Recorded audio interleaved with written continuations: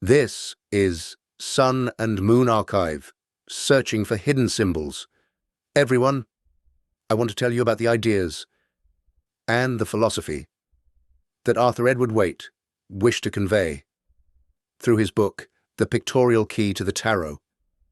You must not think of the Pictorial Key to the Tarot as merely an instruction booklet that comes with a pack of cards. No, Waite's tarot was a deliberate vehicle, designed to carry his thought to the widest possible public. And this book, The Pictorial Key to the Tarot, is the place where he placed the doctrine he truly wished the world to receive. If you judge the act by the standards of 1910, only one word fits: radical. In these pages, I chose an ideological rupture with Eliphas Lévi, the man who had been, for many years, my intellectual master. And I chose, against every oath of the Hermetic Order of the Golden Dawn, to unveil mysteries that had been guarded for centuries.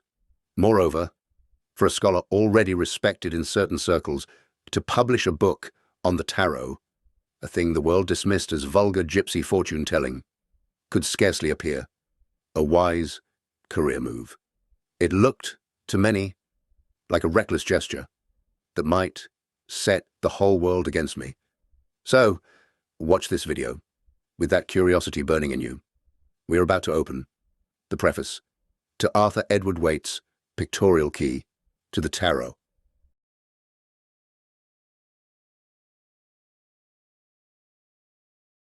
Thank you for giving me the opportunity, at long last, to tell my own story. It seems rather of necessity than of predilection, in the sense of apologia, that I should put on record, in the first place, a plain statement of my personal position, as one who, for many years of literary life, has been subject to his spiritual and other limitations, an exponent of the higher mystic schools. It will be thought that I am acting strangely in concerning myself at this day with what appears at first sight and, simply, a well-known method of fortune-telling. Now, the opinions of Mr. Smith, even in the literary reviews, are of no importance, unless they happen to agree with our own. But in order to sanctify this doctrine, we must take care that our opinions and the subjects out of which they arise are concerned only with the highest. Yet it is just this, which may seem doubtful, in the present instance not only to Mr. Smith, whom I respect within the proper measures of detachment, but to some of more real consequence, seeing that their dedications are mine. To these, and to any, I would say, that after the most illuminated Frater Christian Rosenkreutz had beheld the chemical marriage in the secret palace of transmutation, his story breaks off abruptly with an intimation that he expected next morning to be doorkeeper. After the same manner, it happens more often than might seem likely that those who have seen the King of Heaven through the clearest veils of the sacraments are those who thereafter assume the humblest offices of all about the house of God.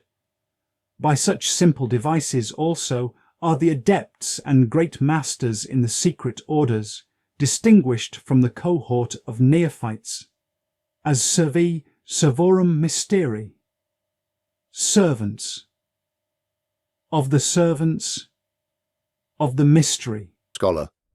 And yet, here I am, publishing a book on tarot cards. Naturally, people find it strange. In my time, what was the tarot?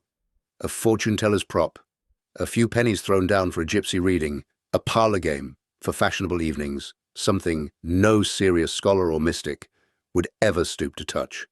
I was perfectly aware of that reputation. That is precisely why I had to begin this preface with an unambiguous declaration, even at the risk of being misunderstood. Mark the word I chose, of necessity, not preference, not apology, necessity. from the Latin necessitas, that from which there is no retreat. No other word could express what burned in my heart and what, the circumstances, forced upon me. I then offer a small, sharp parable. Even in literary reviews, the opinion of Mr. Smith is of no importance unless it happens to agree with our own. Mr. Smith is not a real individual. He is the generic public, the critics, the voice of the crowd. I am saying plainly, their approval or condemnation changes nothing. I will follow my path. It can sound arrogant, even tyrannical, but consider it more deeply. Truth is never settled by majority vote. The profoundest wisdom in the mystical traditions has always been understood by only a few. The mysteries of Eleusis, the great work of alchemy, the Sephiroth of the Kabbalah, none of these were ever broadcast to the marketplace, not out of jealousy, but because the unprepared simply cannot receive them. I knew this intimately. That is why I dismissed Mr. Smith's opinion. My thought belongs to a higher sphere. The world's judgment remains far beneath it. Now we reach the very heart of the matter. I say, to these, and to any, I would say, and I invoke the story of Christian Rosenkreutz. Do you know the chemical wedding of Christian Rosenkreutz, published in 1616? It is the crown jewel of Rosicrucian literature. He receives a winged invitation. Thou art invited to the royal wedding. 7 days of trials follow. He is weighed in the balance. He witnesses the beheading of corrupt kings. He sees resurrection in alchemical vessels. Finally, he beholds the supreme mystery, the chemical marriage of the king and queen. What does this signify? The union of all opposites, male and female, sun and moon, sulfur and mercury, conscious and unconscious, the final goal of alchemy, the perfection of the soul. Yet after all this splendor, and the tale ends abruptly, with an intimation that he expected next morning to be doorkeeper. Doorkeeper, the lowest post, the humblest duty. Why does the man who has seen the highest mystery become the porter at the gate? I continue.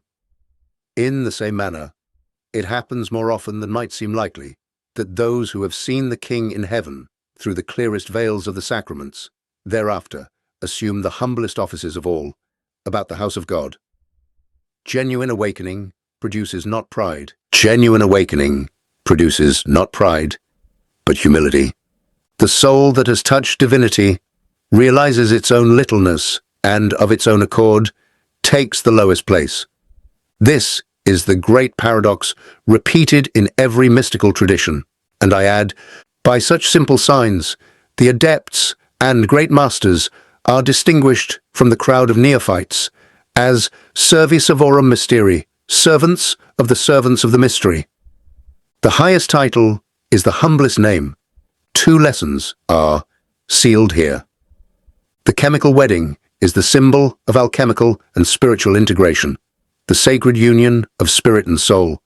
The doorkeeper represents descent after ascent, like Moses coming down from the mountain to the people. The true initiate returns to the world to share the light. This passage is the beating heart of the entire preface, the distilled essence of everything I believe. We will explore the chemical wedding in full detail in the next video. So also, or in a way which is not entirely unlike, we meet with the tarot cards at the outermost gates, amidst the fritterings and debris of the so-called occult arts, about which no one in their senses has suffered the smallest deception. And yet, these cards belong in themselves to another region, for they contain a very high symbolism, which is interpreted according to the laws of grace, rather than by the pretexts and intuitions of that which passes for divination. The fact that the wisdom of God is foolishness with men does not create a presumption that the foolishness of this world makes in any sense for divine wisdom.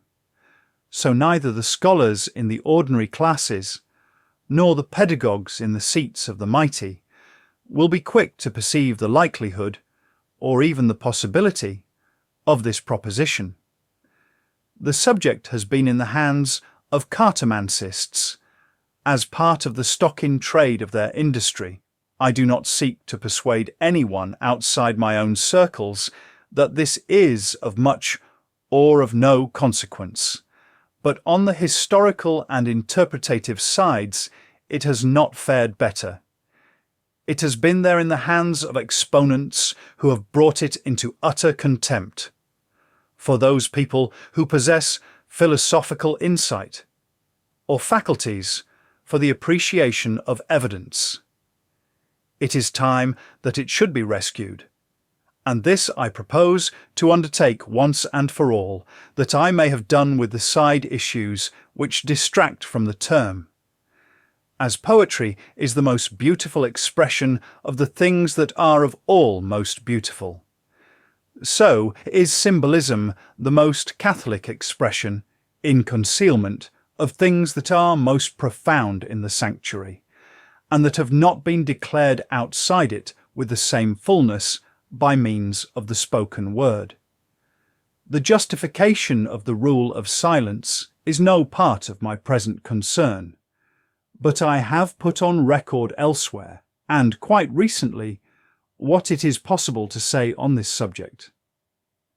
The little treatise which follows is divided into 3 parts, in the first of which I have dealt with the antiquities of the subject and a few things that arise from and connect therewith. It should be understood that it is not put forward as a contribution to the history of playing cards, about which I know and care nothing. It is a consideration dedicated and addressed to a certain school of occultism, more especially in France, as to the source and centre of all the phantasmagoria, which has entered into expression during the last 50 years, under the pretence of considering tarot cards historically. In the second part, I have dealt with the symbolism according to some of its higher aspects, and this also serves to introduce the complete and rectified tarot, which is available separately in the form of coloured cards, the designs of which are added to the present text in black and white. They have been prepared under my supervision in respect of the attributions and meanings by a lady who has high claims as an artist. Regarding the divinatory part by which my thesis is terminated, I consider it personally as a fact in the history of the tarot as such. I have drawn from all published sources a harmony of the meanings which have been attached to the various cards, and I have given prominence to one method of working that has not been published previously, having the merit of simplicity. While it is also of universal application, it may be held to replace the cumbrous and involved systems of the larger handbooks. So, also, or in a way which is not entirely unlike, we meet with the tarot cards at the outermost gates, amidst the fritterings and debris of the so-called occult arts, about which no one in their senses has suffered the smallest deception. I speak plainly. The fortune-telling tarot of my day was a rubbish heap. Gypsy frauds, salon conjuring tricks, marketplace wares. No sane person was ever fooled by it. I was not fooled either. Yet these very cards belong, in themselves, to another region altogether, for they contain a very high symbolism, which is interpreted according to the laws of grace, and not by the pretexts and intuitions that pass for divination. This single sentence is the battle cry of the entire book. There are not 2 tarots. There is only one tarot. But there are 2 ways of seeing it. One eye sees only garbage. The other eye sees the door of the sanctuary. The wisdom of God is foolishness with men. Yes, but it does not follow that the foolishness of this world is the wisdom of God. Neither the university scholars nor the pedagogues in high places will quickly recognize the possibility of what I propose. They have only ever seen the tarot in the hands of cartomancers. And on the historical side, It has been mangled by writers who lacked both philosophical insight and the ability to weigh evidence. Therefore, I declare it is time that it should be rescued. I propose to rescue it once and for all, that I may be done forever with the side issues that distract from the true term. As poetry is the most beautiful expression of the things that are most beautiful, so is symbolism the most Catholic expression in concealment of the things that are most profound in the sanctuary, things that have never been declared outside it with the same fullness by the spoken word. By Catholic, I mean universal. Symbolism is the one language shared by every religion, every age, every true spiritual tradition. It is the only tongue capable of saying fully what plain words can never exhaust. I am not here to justify the rule of silence. I have already done that elsewhere, and quite recently. Those who wish may find my reasons in the hidden church of the Holy Grail and the doctrine and literature of the Kabbalah. This small treatise falls into 3 parts. First part, the antiquities of the subject and a few connected matters. Be clear, this is not a contribution to the history of playing cards. I neither know nor care about playing cards. This section is a sharp arrow aimed at a certain French occult school that for 50 years has produced nothing but wild phantasmagoria under the pretense of historical scholarship. Lévi, Pappus, Oswald Wirth, and their circle. Second part, the symbolism according to its higher aspects. Here I present the fully rectified tarot, published separately in color, reproduced in this book in black and white. Every design was executed under my direct supervision by a lady of exceptional artistic gifts, Miss Pamela Coleman Smith. All attributions and meanings are mine. Third part, the divinatory side. I regard divination only as a historical fact belonging to the tarot's past. I have therefore harmonized every published meaning and placed in the foreground one simple, universally applicable method that has never appeared in print before. It is spare, clear, and will, I believe, supplant the cumbersome systems of the larger handbooks. There, everything is now laid bare. At 45 years of age, I had spent nearly 3 decades in the deepest streams of the Rosicrucian tradition, the Kabbalah, alchemy, and the Grail mysteries. I had stood in the innermost sanctuaries of secret orders. And yet I published a book on the very thing the world mocked as vulgar. Why? Because the man who has beheld the chemical marriage must, the next morning, become the doorkeeper. Because the most sacred symbols of the sanctuary had to be carried to the outermost gate, so that those who are ready might find them. I never made the tarot a fortune-teller's toy. I made it 78 doors of grace. Each card is a focus for contemplation, an icon for prayer, a window through which heaven may speak when the soul is still. The moment this book appeared, I knew what would follow. Accusations of broken oaths from the Golden Dawn, the collapse of whatever scholarly reputation I possessed, the turning away of friends. I accepted all of it. Frater sapiens dominabitur astris. The wise brother shall rule the stars. I say to you, do not lose the path, keep patience, and you will grow into a being who truly understands and masters occult knowledge. If any of this feels difficult, it is only because the language of symbols has been kept half hidden, like a lamp in fog. That is not your fault. To help you see clearly, I have prepared a 10-part series that will bring my thought into the light. The more you understand symbolism, the more clearly you will understand me, and the deeper your occult knowledge will become. Part 2, the chemical wedding in full. Part 3, the laws of grace. Part 4, a complete reading and commentary on the rest of the preface. Parts 5 to 10 will explore the great symbols that run through all my work: pathology and the Victorian mind, occultism versus mysticism, the rose, the albigenses, the grail, and finally, the world that Waite dreamed of. Walk with me through these 10 gates, and Arthur Edward Waite will no longer be a name shrouded in mist. I remain, as ever, the doorkeeper. Until the next Card turns.